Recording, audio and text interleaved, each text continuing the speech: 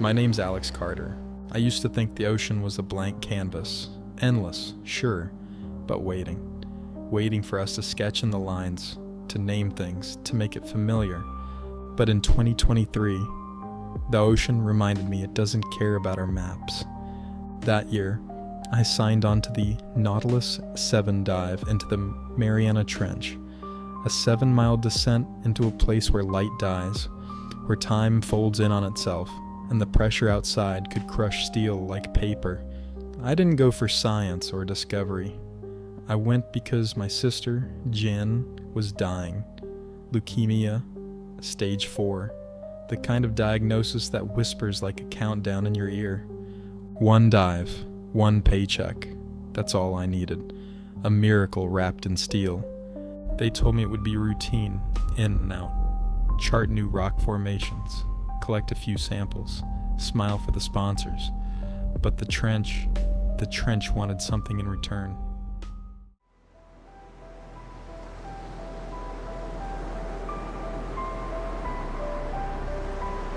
We were a team of 3. Dr. Elena Voss, marine biologist, early 40s, sharp eyes, sharper mind. She carried herself like someone who'd already made peace with death. Her brother died in a sub-accident 10 years prior. No body, no wreckage, just silence. Since then, she'd been obsessed with what she called oceanic absences. Not just the missing, but what replaces them. Then there was Captain Reese Tanner, ex-Navy, late 50s, gruff, steady, with this dry wit that could slice through steel. He'd captained Arctic expeditions, search and rescue ops, and once piloted a sub through a typhoon. He didn't scare easy. And me? I was the data guy. Sonar, visuals, telemetry. A glorified IT tech in a pressure cooker. I didn't belong there, but desperation makes you brave. The Nautilus 7 was a beast. 38 tons of titanium, reinforced viewports, high-frequency sonar, and an onboard AI that could simulate external mapping in real time. Inside, it smelled like metal and sweat. Every surface hummed with quiet tension. Our descent started with banner. Reese leaned back in his chair, arms folded. "What's down here, Carter? Sharks?" I grinned, trying to hide the nerves. "Bigger fish, maybe." Elna didn't look up from her instruments. "Not fish. Life that defies us. That's what I want." Reese chuckled. "You're a nutcase, Voss. Chasing ghosts." She shot him a look. "Better than running from them, Tanner." I laughed.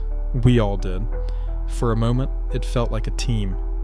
As we dropped past 10,000 feet, the sub creaked like an old ship, its bones settling. Outside, the world went from ink blue to black. We passed strange creatures, jellyfish like glass chandeliers, translucent eels weaving through the dark. Elena pointed them out like she knew their names. "That one," she whispered once, "can survive a decade without food." Reese muttered, "Hope we don't need that trick." 20,000 feet down, the pressure outside was crushing. 8 tons per square inch. It felt like the weight of a planet pressing against the hull. Still, we joked, we ate protein bars, we listened to old jazz over the speakers. Reese even sang along, horribly. But the deeper we got, the quieter Elena became. She sat by the window staring, not out, into, like she was listening for something. At 30,000 feet, things changed. The sonar gave a hiccup, one single pulse, a shape, huge, asymmetrical, then gone. "Check this," I said to Reese. He squinted. "Silt echo. Happens." But Elena leaned in. "No, look at the symmetry. That's intentional." Reese waved her off. "You see boogeymen in every blip." I reran the scan. It's back, whatever it is. It's moving. We touched down at 35,000 feet. The floodlights swept out, revealing structures, black spires, curved and smooth like ribs. They rose from the trench floor in perfect intervals, not choral, not rock. This isn't natural, Elena whispered. Reese's voice tightened. Volcanic. Maybe. I've seen weirder. I zoomed in. No heat signatures. No volcanic residue. They're carved, I said. Elena's eyes locked onto the monitor. Pre-human. Maybe pre-everything. Reese muttered, or just rocks with egos. We launched the rover. Its feed was sharp. Too sharp. The spires gleamed. Gashed. Leaking light? Elena leaned forward. These markings, they're symbiotic, like a language. Reese scoffed. You mean doodles. Then the feed jerked. The rover started moving, on its own. Reese, manual's locked, I said. Power's stable, he growled. It's not us. Elena's voice went flat. It's digging. And it was. The silt parted beneath it, revealing flesh. Pale, wet, alive. Then came the pulse, like a heartbeat. The screen flared. Flesh wrapped around the rover. Eyes opened. Dozens. All blinking. One mouth. Raw. Screaming. We stumbled back. The stench hit. Rot. Metal. Blood. It's alive, Elena gasped. It's using the rover. Reese grabbed the console. Shut it down, Alex. I tried. I really tried. Too late. Shapes began rising outside the sub. Limbs, stitched from bone and muscle. Human organs, hanging like wind chimes, flapping in the current. It's building itself, Elena said, horror-struck. From us, I whispered. From our guilt, our pain. A hand struck the glass. It had teeth in its palm. Reese paled. Elena gagged. My arm began to burn. Veins blackened under my skin. Elena touched her neck. Blood.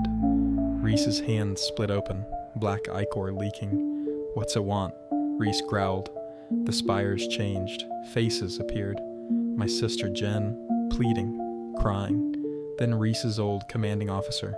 Then Elena's brother, all stitched into the walls, woven in flesh. That's her, I yelled. That's Jen. Elena grabbed me. It's not her. It's mimicking. It's feeding. Reese stared, whispering. It's all of us. Our worst memories. Our pain. It's hungry. 40 minutes. That's how long we stayed. The screams outside matched the pain inside. Our bodies unraveling. It wanted to be real. It wanted to be born. Reese ripped wires from the console. Not like this. We're not dying for this, Elena sobbed. It's in us.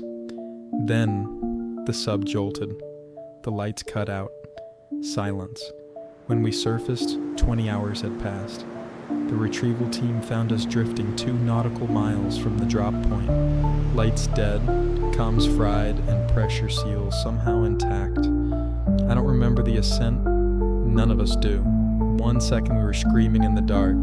The next, daylight bleeding through the viewport. But even that felt wrong. Too bright. Like it had teeth. They quarantined us immediately. Hazmat suits. Armed guards. No questions. Just orders. We were stripped, scrubbed, scanned. Blood work. Tissue samples. Retinal mapping. Elena bit a nurse. Reese tried to smash through a reinforced window. I couldn't speak. I just kept staring at my hands, watching something crawl just beneath the skin. The debrief wasn't really a debrief. It was a cover-up in real time. They called themselves Trench Tech Biologics. Not the name we saw in our contracts. Not the same logo on the sub. A shell company built on top of another shell company, buried beneath layers of private defense contractors and marine research grants. They told us what to say.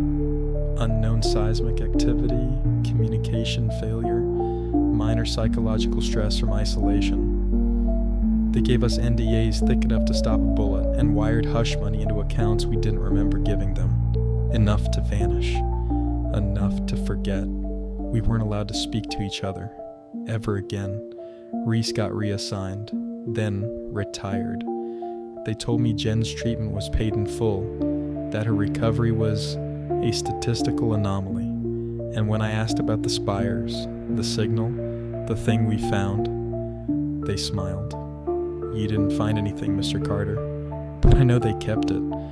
They retrieved the black box from the Nautilus 7, but not all of it made it back.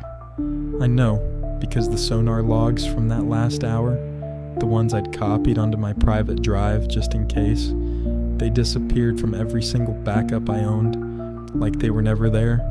I think that's why Elena sent me that final message. Just static, and then she vanished. Her last message to me? A sonar recording. Same pulse, same frequency. The pulse, faint, rhythmic, like breathing, or waiting. Reese locked himself away in some VA facility.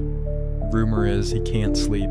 His hands never stopped bleeding. Jen's alive, but she says she dreams of screaming, that something is calling her from below. As for me, my arm still throbs. The black veins faded, but not completely. Sometimes I hear things in the drain, in the hum of dead electronics, in the silence between songs. The trench didn't just take something, it didn't stay in the trench. It followed us home. It isn't just alive, it's aware. It watches through our eyes.